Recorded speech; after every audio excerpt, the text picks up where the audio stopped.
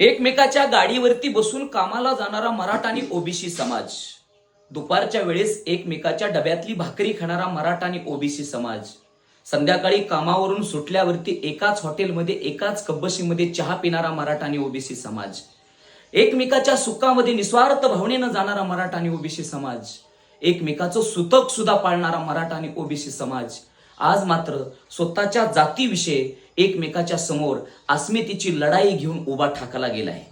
माझा विश्वास महाराष्ट्रामध्ये कोणावरती नसेल, तर माझा विश्वास या महाराष्ट्रामधल्या माझ्या साधू संतांवरती आहे, माझ्या ज्ञानोबावरती आहे, माझ्या तुकोबांवरती आहे. कारण जेव्हा जेव्हा या महाराष्ट्राच्या मातीला संकट येतं, तेव्हा तेव्हा संत मायबाप कृपा करतात.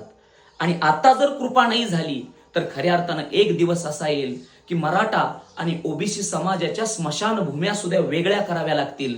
आणि ती गोष्ट या महाराष्ट्राच्या मातीला कधी परवडणारी नसेल किंवा शोभणारी सुद्धा नसेल. आणि म्हणून ज्ञानोबा आणि तुकोबांच्या चरणावरती विनंती करतो, माऊली कृपा करा, दया करा. मराठा आणि ओबीसी समाज यांचं भांडण आज कुठंतरी मिटलं पाहिजे, ते पण एकमेकाच्या समाजावरती अन्याय न होता.